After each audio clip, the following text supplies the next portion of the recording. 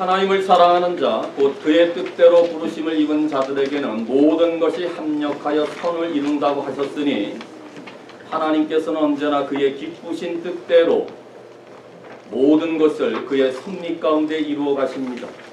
다시 말하면 하나님께서는 즉흥적이거나 임기응변식으로 일을 행하지 아니하신다 그 말입니다. 이처럼 하나님께서 자기 백성들을 이미 미리 아시고 미리 정하신 것은 우리 모두가 아들의 형상을 본받게 하기 위함이라고 말씀했습니다. 이것이 바로 우리를 향하신 하나님의 선한 목적이 됩니다. 이것은 우리가 원래 하나님의 형상으로 지음받았던 모습이었는데 이렇게 하나님께서 그의 기쁘신 뜻대로 이루어져 가야 되는 것은 잃었던 그 하나님과의 형상을 다시 회복하기 위함임을 말하고 있습니다. 그렇다면 이와 같은 놀라운 사실이야말로 이 땅에서 어려움과 아픔과 눈물을 가지고 사는 하나님의 백성들에게 있어서는 이것만큼 우리에게 큰 위로와 가장 크나큰 소망이 될 수 있는 말씀입니다. 그러니 우리의 모든 상황들을 합하여 하나님께서 선한 목적을 이루시는 이 놀라운 진리로 인하여 우리의 믿음이 확고해질 수밖에 없습니다. 그러니 이 말씀들을 상고할 때마다 우리는 이 놀라운 진리의 확고한 경고함을 붙들고 우리 하나님의 절대 주권을 인정하면서 삶의 모든 영역에서 하나님이 하나님 되게 하는 삶을 살아야 됩니다. 지난주에 이어서 함께 읽은 이 본문의 말씀에는 하나님이 미리 아시고 미리 정하시고 부르시고 의롭다 하시고 영화롭게 하셨다는 이 놀라운 메시지는 우리 신앙생활의 5개의 기본 교리를 가지고 있는 중요한 말씀입니다. 그래서 어떤 성경학자는 이 5가지를 말할 때 뗄 수 없는 구원의 황금사슬이다. 하나도 버릴 수 없는 진리다 그 말입니다. 우리 하나님께서 우리를 어떻게 구원하셨습니까? 지난주에 상관대로 하나님이 우리를 미리 아셨습니다. 하나님과 우리의 사랑의 관계를 이미 맺었다고 우리는 지난주에 상고했습니다. 그 다음에 하나님은 어떤 행동을 하셨습니까? 우리를 미리 정하셨다고 말합니다. 우리의 어떤 행동을 돌아보시기도 전에 우리가 어떤 사람인지를 확인하시기도 전에 창세전에 하나님께서 그의 주권적인 뜻으로 우리를 미리 정하시고 택하셨다고 말씀합니다. 우리 모두가 태어나기도 전에 하나님이 예비하셨고 하나님이 예정하셨는데 어떻게 그것을 우리가 바꿀 수가 있겠습니까? 이것이야말로 하나님의 변치 아니하는 우리를 향한 뜻이자 이것이야말로 우리를 향하신 하나님의 목적이 확고하다는 증거입니다. 오늘 함께 또다시 읽은 말씀을 통해서 우리 모두는 우리를 향하신 하나님의 선하신 목적이 어떻게 확고하게 이루어지는지를 또 한번 상고해 봅니다. 예지와 예정에 이어서 우리를 향하신 하나님의 확고한 목적은 그 다음에 무엇일까요? 하나님은 우리를 부르셨습니다. 이것을 교리에서는 소명이라고 말하는 단어입니다. 30절 상반절에 또 미리 정하신 그들을 또한 부르시고 정하신 자들을 부르시고 미리 아신 자들을 정하시고 정하신 자들을 부르시고 이것은 이미 28절에서도 말씀했듯이 하나님을 사랑하는 자가 하나님의 부르심을 받는 자가 되고 29절에서 이 부르심을 받는 자를 하나님이 미리 하시고 미리 하신 자를 미리 정하신 자 모두가 같은 용어입니다. 30절에서 이 부르신 자를 의롭다 하시고 의롭다함을 받는 자를 영화롭게 하신다고 말하기 때문에 29절 30절에 나와 있는 이 모든 단어들은 전부 다 동일한 사람을 말합니다. 우리 모두를 미리 하셨다면 하나님 미리 예정하신 것이고 정하신 자들은 이미 부르신 것을 말하고 부르신 자들은 의롭다는 것을 말하고 의롭다는 자를 전부 다 영화롭게 하게 하셨다기 때문에 전부 다 같은 사람들을 말합니다. 그럼 오늘 첫 번째 나와 있는 이 부르심이라는 단어는 무슨 말을 말할까요? 부르심이란 사람들을 주님 앞으로 인도하도록 하나님께서 초청하는 것이며 그래서 그 초청한 사람들을 미리 하시고 미리 정하신 자들을 주님 앞으로 이끌어 가시는 하나님의 주권적인 행위를 말할 때 부르심이라고 말합니다. 하나님께서 우리 한 분 한 분을 이렇게 부르셨으니 나를 향한 하나님의 뜻이 확고하지 않으십니까? 대통령이 나를 내각에 세우기 위해서 나를 부른 것도 감사한 일인데 그 내각은 임기가 끝나면 더 이상 하지 못합니다. 실수하면 또 감옥에도 들어갑니다. 그런데 그 왕과 대통령과 비교할 수 없는 천지만물의 창조자이신 구원의 하나님이 나를 아셨고 나를 사랑하셨고 나를 부르신 것만큼 우리를 향한 하나님의 뜻이 확고한 것이 없다 그 말입니다. 그래서 가장 확고한 것입니다. 그런데 먼저 여기서 이해해야 될 것은 여기서 언급된 부르심은 복음이 선포될 때에 모든 사람들에게 전해지는 일반적인 부르심이 아니라는 말입니다. 만일 그랬다면 복음을 듣는 사람들 모두가 의롭다 하심을 받아야 됩니다. 실제 안 그렇죠. 예를 들어 오늘도 설교를 할 때, 부흥회 때는 또 방송을 통해서 전파되어지는 메시지가 그리스도께로 오십시오. 다 듣습니다. 그리스도께로 오라는 이 부르심을 모든 사람이 다 듣는다 할지라도 그들 모두가 다 의롭게 되는 것은 아닙니다. 그러므로 여기서 말하는 부르심은 일반적인 부르심이 아니라 다시 말하면 바울이 사용하는 이 여기의 부르심은 모든 사람이 예수를 믿음으로 의롭다함을 받는 그 사람을 부르시는 자를 말할 때 쓰는 것입니다. 이 사실을 고린도전서 1장 24절에 이렇게 말합니다. 오직 부르심을 받은 사람들에게는 유대인이나 헬라인이나 그리스도는 하나님의 능력이 하나님의 지혜니라. 여기에 부르심을 받은 자가 있어요. 그럼 이 부르심이 무엇인지를 오늘 본문에서 말하는 그 부르심과 같은 용어로 택하고 있습니다. 즉 바울이 복음을 전하게 될 때에 유대인들과 이방인들 모두에게 차별 없이 전했는데 유대인이나 헬라인이 복음을 들은 그 사람들 중에서도 특별히 부름을 받은 사람이 있다고 말하는 것입니다. 그러니까 일반적인 부르심 가운데 그들 모두가 포함되어 있지만 그들 중에서도 특별히 부르심을 입은 자들은 그리스도를 거리끼는 것이나 미련한 것으로 여기지 아니하고 그 특별한 부르심을 받은 자들은 그들의 입술을 통하여 그리스도가 하나님의 능력이요 하나님의 지혜라고 말하는 그 사람이 우리가 말하는 부르심을 받은 자들이라 그 말입니다. 그러니까 바울이 복음을 전파했을 때 하나님은 어떤 특별한 사람들을 강력하게 부르셔서 그들의 마음속에 그리스도에 대한 그 생각과 마음을 바꾸셔서 그들이 예수 그리스도를 믿도록 받아들이시는 것, 이것이 우리가 알아야 될 부르심이다 그 말입니다. 이것이 로마서 8장 30절에서 말하는 부르심인데 하나님의 부르심은 우리에게 믿음을 가져오고 이 믿음으로 가져오는 그 믿음이 우리를 의롭다 여겨주신다고 말하는 것입니다. 이러한 부르심은 하나님께서 택하신 백성들을 향한 부르심이자 성령의 부르심이고 이걸 교리에서는 특별한 부르심 내지는 내적 부르심이라고 말하는 용어입니다. 우리 모두 하나님께서 부르시는 방법이 다양합니다. 그러나 일반적인 같은 방식은 데살로니가전서 4장 1장 4절에서 부르는 방식으로 우리 모두가 부르심을 받습니다. 바울이 데살로니가 교인들에게 하나님의 사랑을 받은 형제들아 내가 너희들의 택하심을 바울이 알고 있다라고 말하고 있어요. 그러니까 바울은 데살로니가 교인들의 택하심을 알고 있다고 말합니다. 그럼 바울이 데살로니가 교인들이 택하심을 받은 것, 부르심을 받은 것을 어떻게 알았습니까?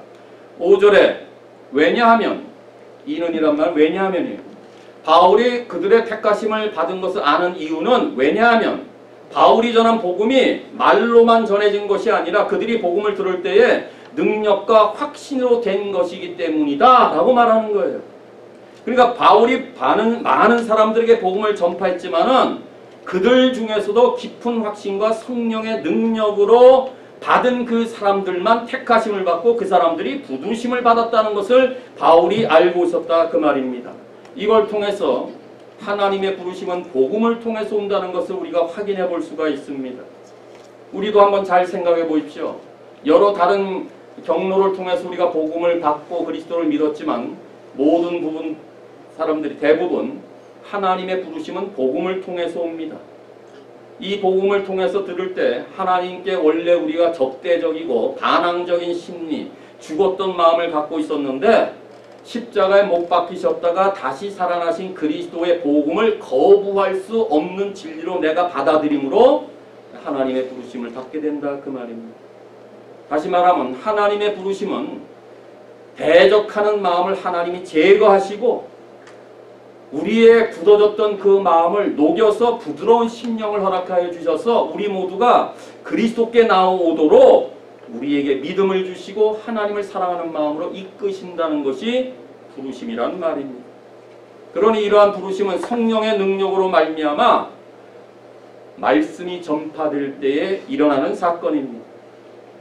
이 부르심은 모든 저항을 이기게 하고 의롭다 하시는 믿음을 만들어냅니다. 그래서 부르신 그들을 또한 의롭게 한다고 연속되어서 말씀하고 있는 것입니다. 그렇다면 한번 잘 생각해 보십시오. 이 부르심은 우리가 행한 어떤 일에 대한 응답으로 하나님이 우리를 부르신 것이 아니다 그 말이에요. 그렇죠? 우리가 어떤 행동을 했기 때문에 하나님 그걸 보고 부르셨다는 것이 아니라 전적인 하나님의 주권적인 섭리로 우리를 불러주셨다 그 말이에요. 이것이 아까 본문 앞에서 28절에서 우리가 그의 뜻대로 부르심을 입은 자들이라고 말할 때 쓰는 본문입니다. 그러니까 하나님의 목적과 하나님의 계획과 하나님의 뜻이 우리를 부르신 근거이지 우리의 뜻과 우리의 계획과 우리의 목적이 부르심을 받은 근거가 될 수 없다 그 말입니다. 그런 의미에서 우리가 갖고 있는 믿음은 우리의 자신의 결정과 우리의 행위가 아니라 하나님의 행위에 의해서 그것도 부르심에 의해서 생겨난다는 것을 말하는 것입니다. 그러므로 하나님의 부르심은 하나님에 대한 불신과 반역이라는 영적 죽음의 삶에서 하나님의 주권적인 행위로 말미암아 우리 모두가 영적 생명으로 옮겨지는 것을 말하게 됩니다. 그러니 모든 것이 다 하나님의 주권적인 행위입니다. 그렇다면 우리를 향하신 하나님의 선하신 목적은 확고합니다. 나의 어떤 행위가 아니라 나의 노력이 아니라 나의 어떤 잘한 것을 보고 나를 불러주신 것이 아니라 전적으로 하나님께서 일방적으로 행하신 일이기 때문에 우리를 향하신 하나님의 선한 목적은 확고하다 그 말입니다. 그러니 우리가 부름받은 것을 특권이라 여기고 살아야 돼요. 우리가 이 부르심에 응답하여서 여기 이 자리에 와서 그 하나님을 오늘도 찬양하는 거 아니겠습니까? 불러주셨기에 이 자리에 와서 우리 모두가 그 하나님의 이름을 높여드리는 거 아닙니까? 그러니 감사하지 않을 수밖에 없습니다. 그러니 누구는 왜 안 불렀느냐를 따지기 전에 우리가 하나님께 부르심을 받아 여기 참여한 이 자체만으로 우리의 삶은 평생 감사와 찬송이 넘치는 삶을 살아야 되는 것입니다. 이게 우리가 해야 될 일이라는 거예요. 다른 사람 관계하지 마시고 하나님이 나를 불러주셨다 이 사실 하나만으로 평생 감사가 넘치는 삶을 살아요. 비록 우리의 믿음의 경주 가운데 우리의 믿음이 때로 흔들리기도 할 수도 있어요. 처음 가졌던 하나님에 대한 사랑이 자꾸 식을 수도 있어요. 그러나 문제되지 않습니다. 왜요? 우리를 불러주신 그 하나님께서 우리를 마지막 날까지 지켜주실 것을 믿기 때문에 그렇습니다. 어떻게 알아요? 함께 읽어볼까요? 디모데후서 1장 9절 하나님이 우리를 구원하사 거룩하신 소명으로 부르심은 우리의 행위대로 하심이 아니요 오직 자기의 뜻과 영원 전부터 그리스도 예수 안에서 우리에게 주신 은혜로 하심이다. 행위로 불러주신 것도 아니라 거룩하신 소명으로 불러주셨는데 그것은 영원 전부터 그리스도 안에 있는 하나님의 은혜로 불러주셨어요. 이것이 우리 구원의 확고한 진리입니다. 하나님의 전적인 은혜로 우리를 부르셨다면 그 동일한 은혜가 세상 끝날까지 우리를 지켜주실 줄로 믿습니다. 이게 하나님의 은혜로 사는 것입니다. 부르심 또한 하나님의 은혜이기 때문에 우리가 부르심을 받은 자로서의 삶을 사는 것도 여전히 동일한 하나님의 은혜로 지켜주신다 그 말입니다. 그러니 흔들릴 수가 없습니다. 좌절할 수가 없습니다. 그래서 우리는 다시 일어날 수 있습니다. 다시 처음 사랑을 찾을 수가 있습니다. 하나님의 그 동일한 은혜가 그 길로 우리를 친히 인도하시기 때문에 그렇습니다. 따라서 하나님의 부르심은 미리 정하신 하나님의 행동에 근거하고 하나님의 미리 정하심은 우리 어떤 조건에 상관없이 하나님이 미리 하신 선택에 근거합니다. 모든 것이 다 하나님이 행하신 것입니다. 그러므로 하나님의 뜻대로 부르심을 입은 이 사실이야말로 모든 것이 합력하여 선을 이루게 되는 확고한 진리임을 더욱더 확신하면서 남은 세월 후회 없는 믿음의 경주자로 달려갈 수 있기를 간절히 바랍니다.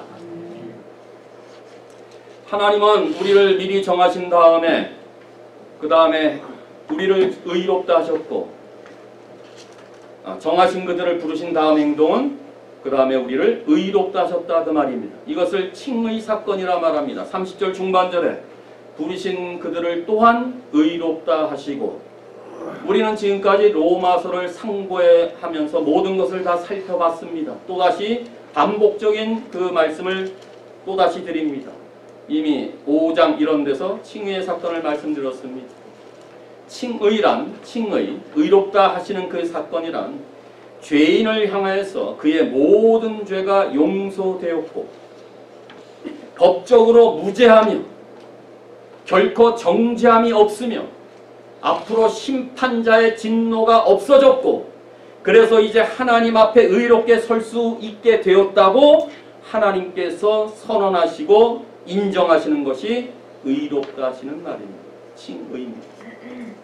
그러니까 하나님 앞에서 우리는 모든 것이 무언가 없어졌습니다. 반면에 하나님 앞에서 무언가 입었습니다.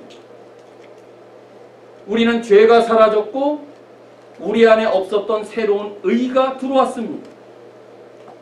우리 안에 들어온 의는 그리스도로 인한 것이고 나의 죄는 그리스도가 짊어졌기 때문에 그 죄가 없어졌고 그러니까 그 나의 죄를 나의 죄로 간주하지 아니하고 없었던 나의 의가 그리스도로 말미암아 들어온 의 때문에 우리는 의롭다 여겨주시는 것이 하나님의 선언입니다. 법적 선언입니다. 우리가 만일 어떤 범죄를 저질러서 법원에 가서 판사 앞에 판결을 받는데 뭐 2차, 여차, 저차에서 다 판결을 하게 될 때 판사가 당신의 상황을 고려해보고 여러 정황을 살펴봤을 때 무죄입니다. 라고 판결을 내렸다. 그럼 뭐예요? 무죄예요. 밖에 나와 떳떳이 사는 거예요. 하나님이 우리 모두를 예수 그리스도를 믿음으로 너희의 죄가 다 사함받았다. 너희는 죄가 없다. 너희는 의롭다. 하나님이 그럼 의로운 거예요. 이게 칭의 사건. 하나님의 선언이기 때문에. 다시 말합니다. 나는 죄 사함받았고 무죄 선고를 받았고 하나님 앞에 의로워졌고 더 이상 하나님의 진노와 심판 아래 있지 아니하고 이제는 하나님의 의 위에 서 있고 이제는 하나님의 은혜 아래 있다. 이것이 칭의예요. 이게 하나님의 선언입니다.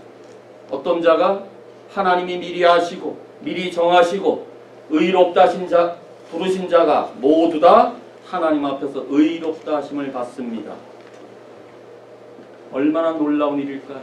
그런데 하나님은 무엇을 근거로 그렇게 우리를 향한 진노를 거두실 수가 있었나요? 우리는 신앙생활에 수십 년의 경험과 경력을 통해서 너무 이제는 무덤덤해졌어요. 한번 다시 돌아볼 수 있기를 바랍니다. 하나님이 이런 일들을 행하기 위해서 그렇게 간단하게 하실 수가 있었을까요? 우리는 아마 너무 세월이 많이 지나서 아무 쉽게 간단하게 이루어진 사건이다라고 생각할지 모르지만 하나님 편에서 봤을 때 이거 그렇게 간단하게 이루어진 일이 아닙니다. 하나님은 이 일들을 위해서 그의 아들, 독생하신 하나밖에 없는 그 아들을 십자가의 속죄의 죄물로 대가를 지불하면서 이루신 사건입니다. 어떻게 알아요? 고린도서 5장 21절 하나님이 죄를 알지도 못하신 이를 누구예요? 그의 아들 예수 그리스도를 말하는 거예요. 그 아들을 우리를 대신해서 죄 없으신 예수님을 내 죄를 대신 삼으신 것은 우리로 하여금 예수 그리스도 안에서 하나님의 의가 되게 하십니다. 이 사건. 죄 없는 아들을 죽이는 것이 쉬울까요? 입장을 바꿔놓고 우리 가정에 어떤 식구가 큰 범죄를 저질러 갖고 죽게 되었다고 가정해 봅시다. 그런데 아버지가 가장 사랑하는 그 아들을 대신 죽임으로 그 아들을 살게 할 그런 부모가 우리 가운데 있을까요? 자기의 가정의 식구 한 사람을 살리기 위해서 또 다른 자기의 사랑하는 아들을 내놓을 있을 수 있는 부모가 세상에 어디 있나요? 쉬운 게 아니에요. 간단하게 처리되는 문제가 아니라 그 말이에요. 그런데 하나님께서 죄를 알지도 못하고 죄가 없으신 그 아들을 그것도 우리의 죄 때문에 우리의 의를 만들어주기 위해서 그를 죽였다 그 말이에요. 이 본문 안에는 우리가 칭의를 통해서 받은 것과 사라진 것에 대한 기반을 제공하는 본문입니다. 다시 말하면 하나님은 예수 그리스도께 우리의 죄를 전가시켰고 대신 우리에게는 하나님의 의를 우리에게 전가시켰어요. 그러니까 우리 안에 있는 죄는 전부 다 없애버리고 우리 안에 없었던 의를 우리 가운데 주셨다 그 말입니다. 그래서 우리는 죄가 없어졌고 우리에게 없었던 의가 들어왔습니다. 예수 그리스도가 우리의 칭의의 기반이 됩니다. 하나님께서 보내주신 사랑의 사건 때문에 그렇습니다. 쉬웠을까요? 간단할까요? 그렇게 가볍게 넘기지 마십시오. 정말로 가슴 아프게 느끼죠. 하나님의 사랑의 그 애절한 마음을 품으면서 나를 위한 것이었고 확인하셔야 돼요.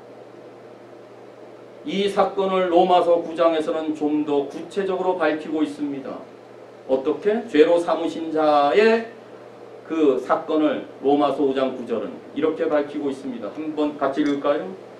그러면 이제 우리가 그의 피로 말미암아 의롭다 하심을 받았으니 더욱 그로 말미암아 진노하심에서 구원을 받을 것이다. 우리의 칭의의 기반이 뭐예요? 그의 피예요. 그의 피라는 말은 뭐가 전제될까요? 십자가의 죽으심이 전제가 되는 사건이에요. 앞에서 로마서에서는 그 아들을 죄로 삼으셨다. 죄로 삼으신 그 사건을 그의 피로 우리를 의롭게 하셨다. 그의 피는 결국 십자가의 죽으심을 전제하는 사건이다 그 말이에요. 그러므로 칭의의 기반은 그의 피, 십자가의 죽음입니다. 이것이 쉬웠을까요? 이것이 간단한 문제일까요? 절대 그렇지 않습니다. 우리의 칭의의 기반을 제공한 것은 십자가에서의 예수님의 순종이었습니다. 만약에 그의 피를 흘리게 될 때에 예수님께서 십자가에서 순종하지 아니하셨다면 또 어떻게 될까요? 또 달라지는 거예요. 우리의 죄를 대신 삼게 하셨어요. 삼게 하시되 그의 피를 흘리도록 하셨어요. 그럼 그의 피를 흘리도록 어떻게 그리스도께서 나오셔야 되나요? 순종으로 죽으셔야 돼요. 그래서 그리스도의 순종하심으로 많은 사람이 의인이 되었다고 말합니다. 이 사실을 빌립보서 3장에서는 죽기까지 복종하셨으니 십자가에 죽으셨다고 말하는 거예요. 하나님이 그 아들을 죄 없으신 분을 우리 대신해서 삼으셨는데 그 아들을 십자가에서 피를 흘리게 하시되 예수님은 그 십자가에서 정말 하나님의 의가 우리에게 전달되도록 죽기까지 복종하신 십자가의 죽으심이 우리 가운데 의가 되게 하셨다 그 말입니다. 그러니 칭의의 기반은 십자가에서 죽기까지 온전히 복종하신 예수 그리스도의 순종입니다.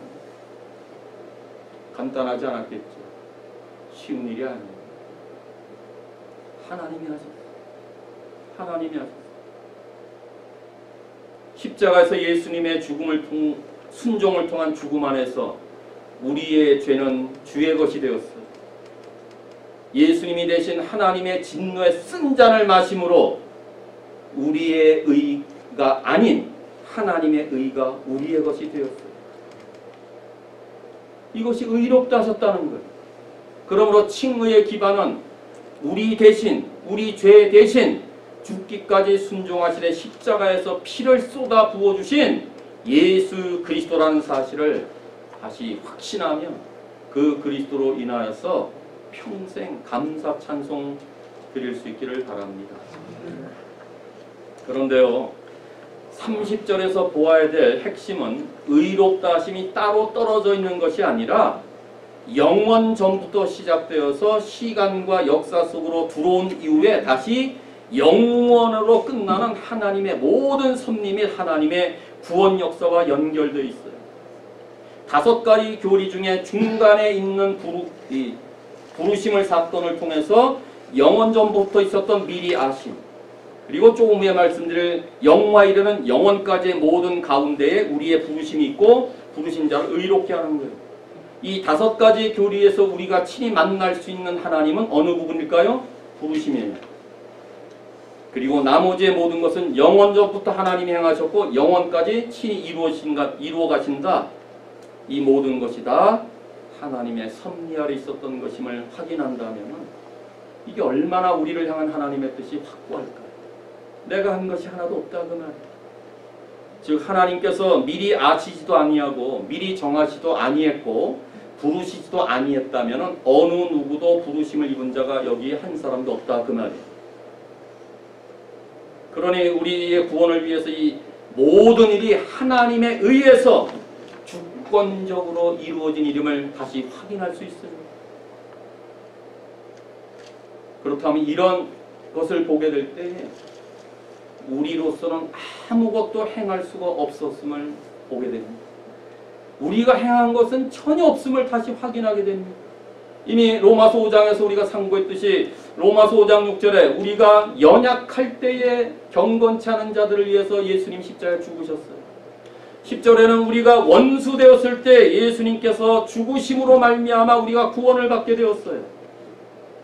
무엇을 말하는 것입니까? 바울은 그리스도의 죽음이 우리를 의롭게 만드는 것은 우리가 여전히 속수무책이었고 하나님께는 불경한 자들이었고 하나님께는 처음부터 원수 되었을 때라고 말하는 거예요. 그리고 어떤 의미에서 우리가 하나님께로부터 무죄 선언을 받은 것은 우리 안에 있는 어떤 것과는 전혀 무관하다 그 말이에요. 우리에 있는 것과는 전혀 상관없이 연약했을 때, 무기력했을 때, 무능력했을 때, 하나님과 대적의 삶을 살고 있을 때, 하나님을 찾지도 않았을 때, 하나님을 모른다고 지냈을 때 그리스도께서 우리를 위해 십자가에 돌아가셨다. 우리는 죄와 사망에 여전히 갇혀 있었어요. 이것 때문에 우리가 치러야 될 빚이 얼마나 많은지 몰랐어요. 그런데 성경은 우리가 예수 그리스도를 믿음으로 의롭다 여김을 받는다고 지금까지 계속 반복해서 가르쳐 왔습니다. 그러므로 여기서 의미하는 것은 뭐예요? 우리가 행할 일은 아무것도 없고 행한 일도 아무것도 없지만은 그런 우리라 할지라도 예수 그리스도를 믿음으로 의롭다라고 여겨지는 무죄 선언을 내가 받게 되었다 그 말입니다. 이 말은 우리 모두가 부족하지만 여전히 미약하지만 하나님께서 그 믿음을 받아주신 것을 말하는 것이고 이러한 무죄 선언을 우리가 듣게 될 때 하나님의 의가 우리 것으로 인하여서 우리는 즐거워하는 삶을 살게 되었다는 것을 말하는 것입니다. 너무나 중요하기 때문에 다시 한번 말씀드리면 내가 아직 무기력했었고 아주 무능력했었고 아주 형편없는 삶을 살았었고 하나님께는 원수되었고 말할 것이 없이 하나님께는 절대 불경했을 때에 그리스도께서 십자가의 죽으심으로 인하여 우리의 죄가 전부 다 탕감되었다 그 말이에요. 나를 향하신 하나님의 진노는 그리스도께서 다 죽으심으로 사그라졌다는 것을 말해요. 그때 우리는 하나님과 원수되었어요.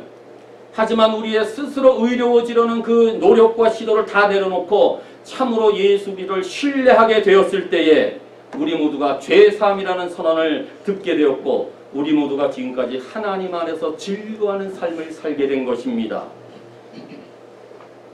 하나님이 행하신 거예요. 그러니 감사할 수밖에 없어요. 그러니 앞으로도 우리 인간적인 노력이나 우리가 애씀으로 인하여서 어떻게 하나님 앞에 잘 보이려는 노력을 멈추시기 바랍니다. 어떻든지 의신 그리스도 앞에 나와서 이미 성취된 칭의를 받아들이며 이미 조건 없이 우리들을 하나님의 사람으로 받아들이신 그 의롭다 하심 앞에서 늘 즐거워하며 우리 모두가 의롭다고 여겨주셨기 때문에 하나님 앞에 의로운 삶을 사는 것이 이제 의롭다 하심을 받은 자들의 나머지의 몫임을 기억하시면서 이런 삶을 살 수 있기를 바랍니다. 우리가 선택받은 것은 조건 없는 하나님의 미리 아심 덕분이었습니다. 우리가 장차 올 영광을 소망하는 것은 하나님이 우리 모두를 미리 정하셨기 때문입니다. 우리가 무죄 선고를 받고 의롭다 여겨지는 것은 하나님이 그의 아들을 십자가에 죽게 하신 칭의의 사건 덕분입니다. 우리가 믿음이 깨어나서 그 하나님 앞에 나올 수 있도록 인도함을 받은 것은 철저하게 하나님의 부르심으로 인한 것입니다. 내가 한 것이 하나도 없습니다. 이걸 확실히 한다면 우리는 하나님께서 반드시 확실하게 그리고 영원히 모든 것이 합력하여 선을 이루신다는 것을 믿을 수 있습니다. 이것은 이미 이루어진 것이나 다름없습니다.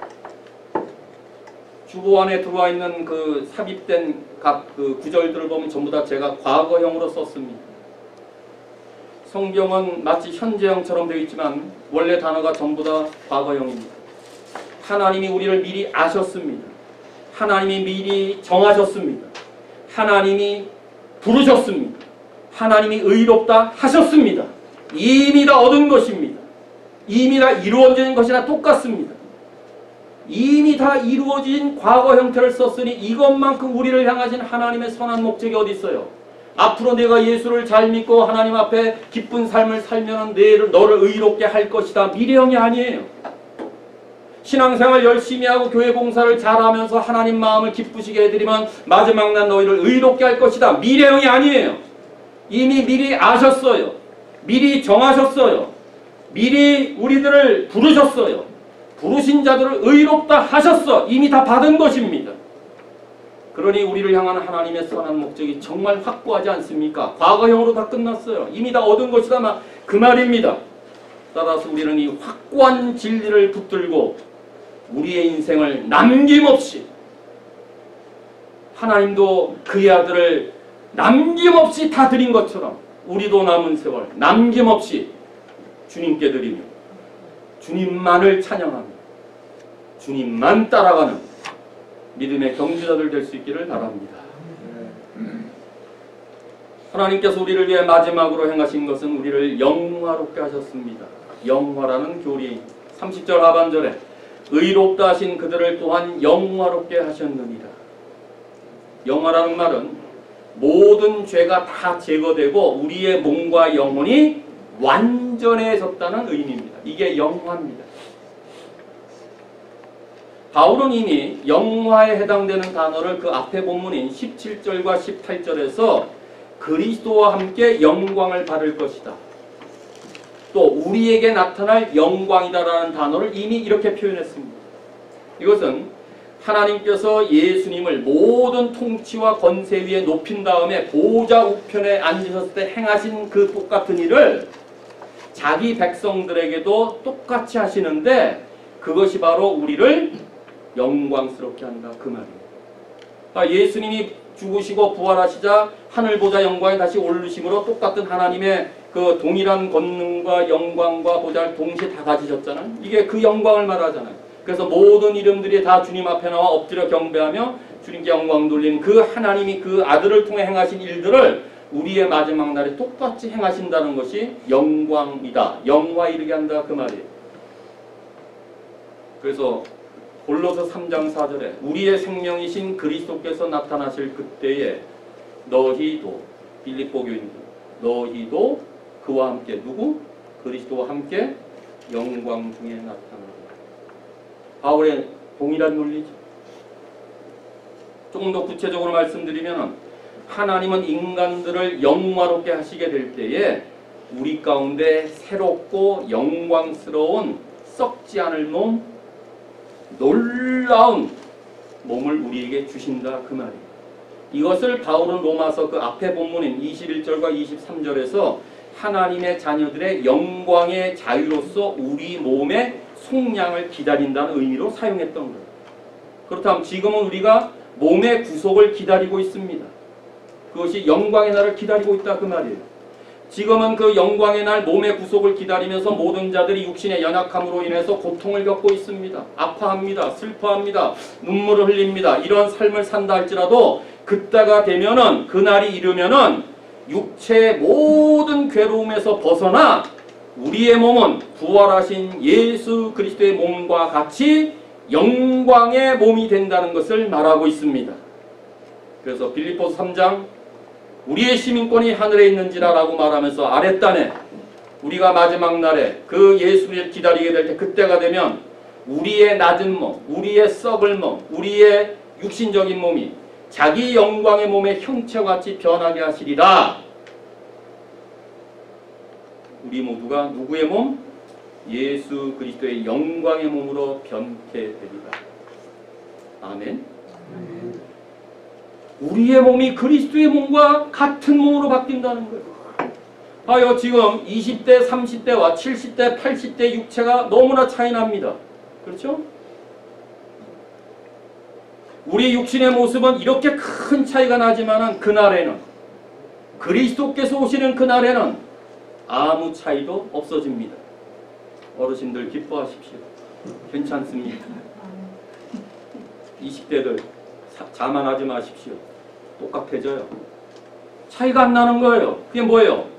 모두가 완전한 몸과 완전한 마음과 완전한 영혼을 갖는 날이 우리 모두에게 있을 것이라는 말씀입니다.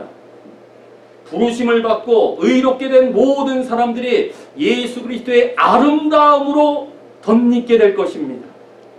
그런 놀라운 사건은 바울이 이 영화롭게라는 단어를 쓰게 될 때에 과거 시제로 쓰고 있다는 사실이 놀라울 일입니다. 이미 말씀드린 대로 29절과 30절에서 연결고리의 모든 다른 동사들, 영화를 뺀 나머지의 모든 동사 4개가 과거로 써있다고 말씀드렸어요. 그런데 영화는 사실 엄밀히 말하면 아직 이루어지지 않은 사건입니다. 그렇죠? 그럼 우리 생각에는 미래 형태를 써야 돼요. 근데 바울은 과거 시제로 사용하고 있어요. 그럼 뭘까요? 미리 하시고 미리 정하시고 부르시고 의롭다 하신 자들은 반드시 어떻게 돼요? 영화롭게 된다는 거예요. 너무나 확실하기 때문에 성경에서는 하나님이 행하신 일에 가장 확실한 부분을 말할 때는 미래에 이루어질 일이지만 언제나 과거형으로 쓰고 있어요. 여호수아가 여리고성을 정복하게 될 때 이 성을 내 손에 붙였다 했을 때 과거로 써요. 왜? 아직 여리고성을 정복한 적이 없어요. 아직도 돌지 않았어요. 근데 여호수아에게 주었던 명령은 내가 네게 그 성을 내 손에 붙였다. 과거로 써요. 그 말은 뭐예요? 하나님의 승리가 이미 정해졌다. 확실하다. 이럴 때는 언제나 성경이 미래형으로 이루어질 사건이지만 과거로 쓰고 있습니다. 너무나 확실해서 우리에게 앞으로 닥칠 일이지만은 이미 과거로 이루어진 것으로 봅니다. 그러니까 믿음의 눈으로 볼 때는요, 우리 모두가 지금 뭐예요? 영화롭게 된 것이나 다름이 없어요. 그렇다면은 영화에 이르는 이 모든 연결고리를 어느 누구도 끊을 수도 없고요, 중단할 수도 없고요, 막을 수도 없습니다. 왜냐하면 미리 하심으로부터 시작하신 그 하나님의 구원의 섭리가 영화에 이르기까지 모두가 다 하나님의 기쁘신 뜻으로 이미 정해놓은 것이기 때문에 그렇습니다.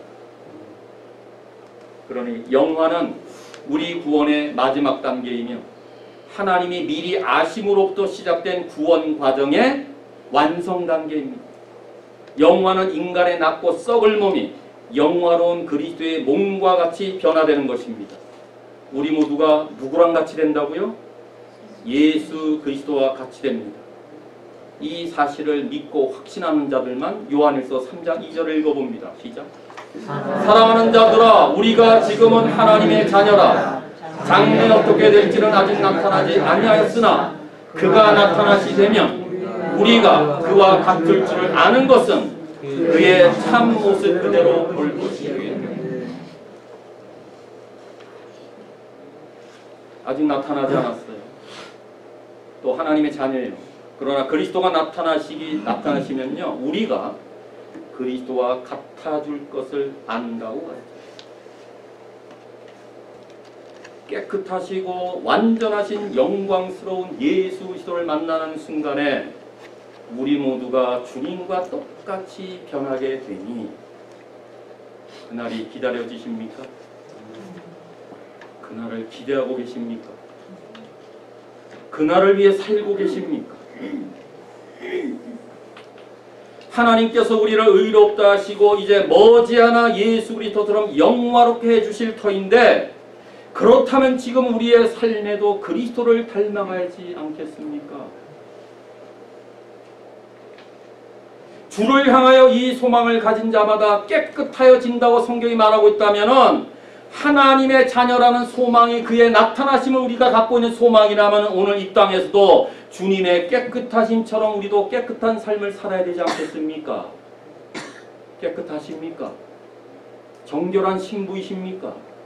거룩한 신랑을 맞이하는 거룩한 삶을 살고 계십니까? 주 예수 그리스도께서 강림하실 때 우리의 온 영과 온 혼과 온 마음이 흠 없게 보존되는 일에 힘을 다하는 것이 오늘 우리의 삶의 현장이 되어야 되지 않겠습니까? 우리의 영적 생활에서만 흠이 없는 게 아니라 우리의 몸과 마음과 영혼을 다 다루고 있어요. 성경. 먹는 거, 마시는 거, 행동하는 거, 말하는 거, 생각하는 거, 영적인 일 모두가 거룩하고 흠이 없이 보존되기를 힘쓰는 것이 주의 강림을 바라보는 우리의 삶의 태도가 되어야 되지 않겠습니까? 그러니 우리는 늘 세상과 다른 마음을 품고 살아야 되지 않을까요? 세상은 부정하고, 세상은 부패하고, 세상은 불의하고, 세상은 자기 소견에 오른 대로 행하고, 세상은 자기 멋대로 행하고, 세상은 남들을 바라보지도 않고 온전히 자기만 위주로 나가고 자기 중심주의로 달려간다 할지라도 하나님의 자녀이고 주 예수 그리스도의 강림을 기다리는 모든 주의 백성들은 그들과 다른 삶을 살며 그들과 다른 마음을 갖고 그들의 행동과 다른 행동을 하며 살아야 되는 것이 우리의 앞날에 이루어질 영광을 바라보며 달려가야 될 우리의 현재 모습이 아니겠습니까? 하나님께서 그의 자녀들을 영화롭게 하실 때에 그 모든 자녀들에게 거룩함이라는 내면의 아름다움을 주실 것을 이미 주셨다고 확신하면서 이 확고한 진리를 붙들고 진실로 우리의 삶 속에 주님의 거룩하심을 몸에 배어 이런 삶을 사는 우리 모두가 될 수 있기를 바랍니다. 이 말씀은 하나님의 주권적인 은혜로 인하여 우리 모두가 영원한 영광의 보장에 이른다고 말하면서도 한편으로는 이 땅에서도 우리의 실제적인 거룩을 말하고 있는 것입니다. 그런 의미에서 바울은 아마 의도적으로 의롭다 하심 다음에 거룩을 말하지 않고 바로 영화로 뛴 것은 의롭다 하심을 받은 자들은 마땅히 어떻게 살라고? 거룩하게 살 것을 전제로 해서 의롭다 하심 다음에 마지막을 영화롭게로 바꾸고 있습니다. 그렇다면 5개는 모두 다 하나님이 하셨지만 거룩하여지는 것은 누가 하는 일이에요? 우리가 하는 거예요. 물론 하나님의 은혜로 감당해야 되죠. 말씀과 기도로 거룩하여진다. 디모데전서 4장 5절. 우리 표 아닙니까? 거룩은 내가 말씀으로 기도로 살아야 되는 거예요. 이걸 포함하는 거예요. 그러므로 히브리서 12장 14절의 경고를 귀담아 들으셔야 돼요. 거룩함과 화평함이 없이는 주님을 보지 못하리라. 가볍게 여기지 마십시오. 화평함과 거룩함을 따르지 않고. 화평은 뭘까요? 하나님과 원수된 자들은 주를 보지 못하는 거예요. 하나님의 거룩을 따르지 못하는 자들은 주를 보지 못해요. 제 말이 아니에요. 히브리서의 경고예요. 따라서 영화는 현재 거룩한 삶의 한 과정으로서 마지막 날 주님 앞에 섰을 때 완결됩니다. 그러니 그날의 영화롭게 되는 확고한 사실 때문에 현재 우리의 삶의 모든 영역에서 성화, 거룩한 삶을 살 수 있기를 바랍니다. 왜냐하면 하나님의 주권적인 은혜는 우리의 모든 구원의 과정을 다 다스리실 뿐만 아니라 우리의 마지막 날 그때까지도 하나님의 자녀들이 영광에 이르도록 하나님이 친히 그의 은혜로 지켜주시기 때문에 그래요. 우리가 알거니와 하나님을 사랑하는 자, 곧 그의 뜻대로 부르심을 입은 자들에게는 모든 것이 합력하여 선을 이룬다고 했습니다. 왜냐하면 하나님이 우리들을 미리 아시고 하나님이 우리를 미리 예정하시고 하나님이 우리를 부르시고 하나님이 우리를 의롭다 하시고 하나님이 우리를 영화롭게 하셨기 때문입니다. 이게 28절, 29절, 30절 연결되는 말씀입니다. 제가 28절 할 때 29절에 왜냐하면 전치사가 있다고 말씀드렸죠.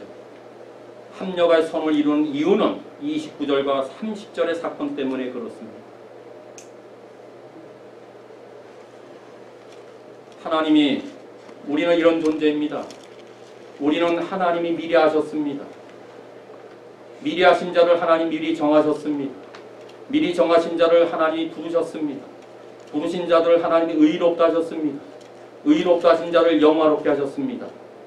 우리가 지난주에서 오늘 상관 5가지의 이 교리의 모든 것의 주어는 하나님이십니다.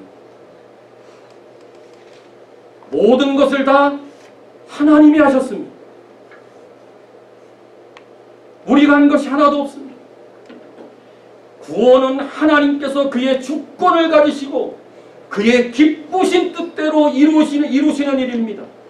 그러니 5가지의 모든 연결고리 중에 인간이 감당해야 될 교리는 하나도 없습니다. 모두 다 하나님이 행하셨습니다. 그러니 하나님을 높여야 됩니다. 그러니 하나님을 찬양해야 됩니다. 그러니 우리는 하나님 앞에 순종할 수밖에 없습니다. 그러니 우리는 하나님의 뜻을 끝까지 쫓아가는 수밖에 없습니다. 이런 놀라운 하나님의 일들을 바라보게 될 때 하나님의 기쁘신 뜻을 따라서 우리의 구원이 하나하나 진행되어지고 우리의 마지막에 구원이 성취되어진다는 데는 의심의 여지가 없음을 확인하게 됩니다.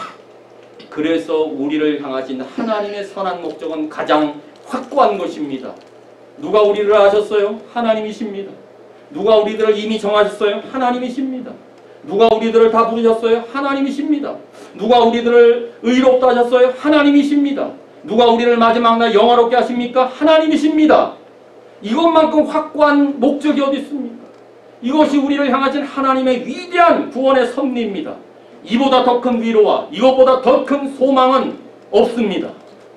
그러니 얼마나 놀라운 진리입니까? 이 얼마나 은혜 중에 은혜입니까? 이 은혜를 가지고 계십니까? 이 은혜로 살고 계십니까? 이 은혜 앞에 주체할 수 없는 이 마음 가지고 하나님 앞에 남은 인생 사랑과 충성을 주님께 바칠 수 있는 우리 모두가 될 수 있기를 바랍니다. 이 같은 하나님에 대한 확고한 진리를 붙들고 확신하는 중에 우리가 현재 당하는 고난이 아무리 크고 어렵다 할지라도 참고 기다리며 그래서 모든 것이 합력하여 선을 이루시는 하나님 안에서 힘을 얻고 소망 안에서 달려갈 길을 온전히 맞춰나가는 믿음의 경주자들 될 수 있기를 바랍니다. 사랑하는 성도 여러분, 우리는 하나님의 사랑받은 자여 하나님 나라의 상속자여 아들의 형상으로 회복된 사람들입니다. 하나님은 우리를 모두를 흠없고 거룩하고 온전한 하나님의 영광 가운데 다 두기를 원하셨습니다. 이것이 하나님이 모든 사람들을 향하신 선하신 목적이었습니다. 하나님을 사랑하는 자 곧 그의 뜻대로 부르심을 입은 자들에게는 합력하여 선을 이룬다고 말씀하셨으니 이런 하나님으로 인하여서 감사하며 평생 주의 이름을 찬송하는 귀한 삶이 이어지기를 바랍니다. 아들의 형상을 본받기 위하여 하나님께서 우리 모두를 미리 아셨고 미리 정하셨다고 말씀했으니 오늘 이 예배를 드리시는 모든 하나님의 백성들은 예수 그리스도를 본받아 사는 것이 우리의 삶의 최고의 목표가 될 수 있기를 바랍니다. 정하신 자들을 부르시고 부르신 그들을 의롭게 하시고 의롭다 하신 자들을 영화롭게 하셨다고 말씀했으니 이제 우리의 삶의 모든 영역에서 하나님의 영광이 되는 삶을 살되 먹으나 마시나 무엇을 행하나 무엇을 하든지 어떻든지 영광을 위한 삶이 될 뿐만 아니라 그 하나님의 영광 안에서 즐거워하는 평생이 될 수 있기를 바랍니다. 따라서 우리의 삶 가운데 어떠한 고난과 역경이 있다 할지라도 그것을 아픔으로 생각할 것이 아니라 그것을 불평으로 생각할 것이 아니라 날마다 쓰라림으로 시간 보낼 것이 아니라 주님께서 우리 모두를 영화로운 존재를 세우시기 위한 것임을 깨달아 은혜를 베푸시는 하나님께 우리의 삶을 전적으로 맡기며 선한 목적을 이루어 가시는 영광의 하나님을 높여드리는 우리의 남은 삶이 되시기를 주님의 이름으로 축원합니다.